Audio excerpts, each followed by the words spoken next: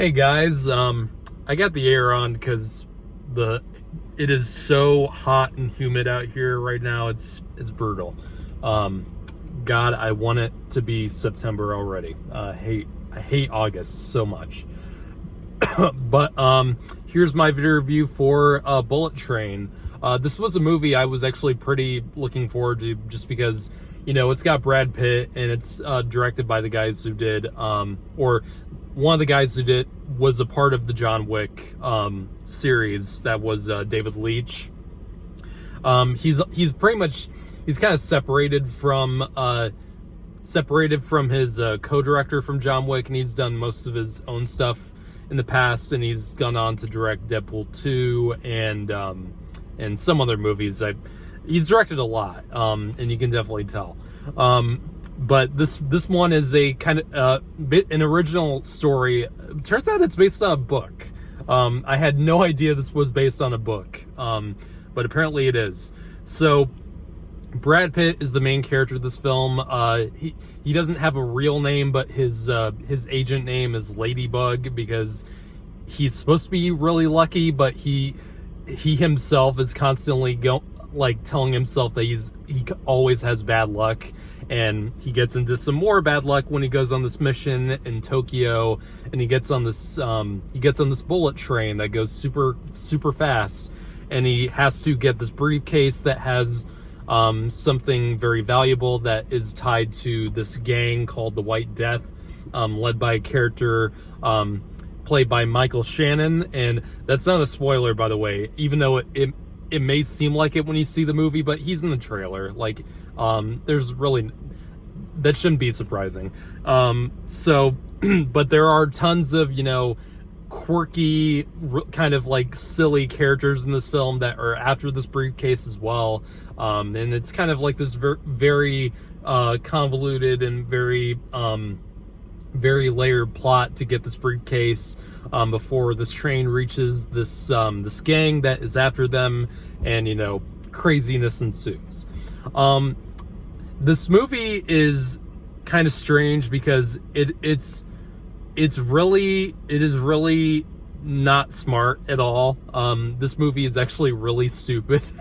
And the longer it goes on, the more convoluted and nonsensical it gets. Because there's constantly, this film is very much in the same vein as, it's like if Quentin Tarantino and Guy Ritchie had a baby, and some of I don't know, some of Luc Besson entered in that realm of sort. This movie is kind of like a combination of those three kind of styles, and for the most part, I did enjoy myself decently. This movie is not Shakespeare. It's not anything that you're going to be like, whoa, that's brilliant. This movie's not brilliant in any way, and the longer it goes on, the more stupid it gets. But you know what? It's summer season. It's August. Where really nothing usually big comes out. Usually, there's usually one or two big movies that come out in August, and that's usually the beginning. Usually it's something like Suicide Squad or Guardians of the Galaxy. But other than that, it's usually pretty barren. And I'll take whatever I can get as long as it's entertaining. And this movie, for the most part, is a fun ride, as long as you don't think about it too much, because there's so many plot holes in this film that don't make any sense. And the third act of the film is where things get really messy, and there's that really tired thing that a lot of movies do when they kind of have a similar plot to this, where the third act really is supposed to change everything you just witnessed, and it's supposed to make you think differently about the entire movie. But I was just sitting there going now this whole movie doesn't really make that much sense anymore.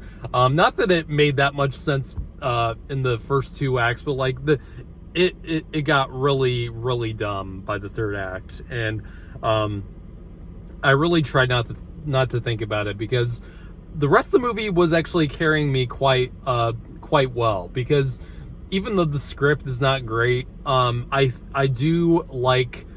I mean, this movie has a great cast. I mean, you got Brad Pitt in there, who is still as charismatic and as much of a lead as he's always been.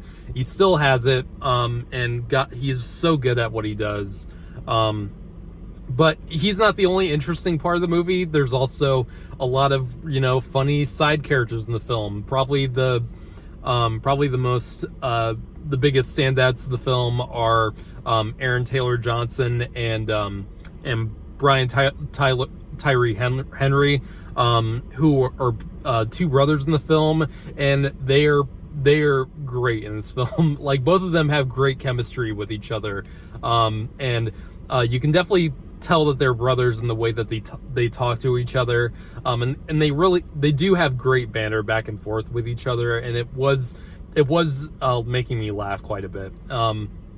And there's also, some other decent side characters in the film. Joey King is actually quite good in this film. She has a British accent. It's actually pretty good.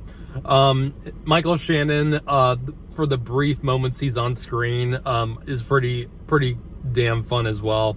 And there's also some really there's also some pretty good cameos in the film that did catch my guard off. And it's funny because,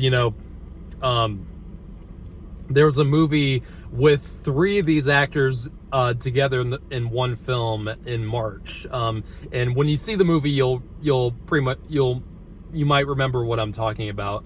But it's kind of funny that three of the actors in this film that appear in it were all three in another movie that was very successful at the beginning of this year. I thought that was quite funny.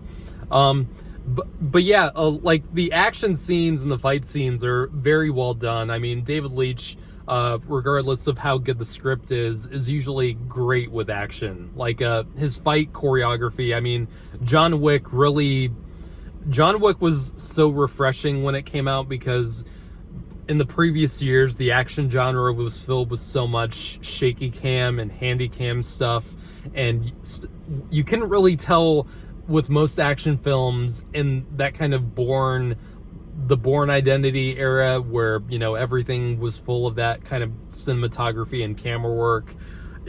John Wick was the movie where you could easily tell what was going on. I mean, you had movies like The Raid and John Wick both at the same time that really did, that utilized choreography and smooth camera work so well. And David Leitch still has that in the bag. I mean, the fight choreography that he implements is still great. And there's a lot of good, physical humor intermixed in with the fight scenes in this.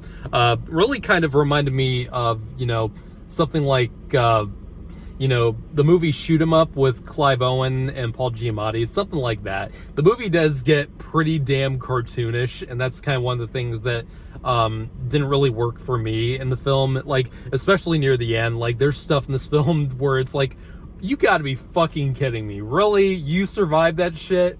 But, it's a big dumb action movie, and at that point in the film, I didn't really care. I was just along for the ride.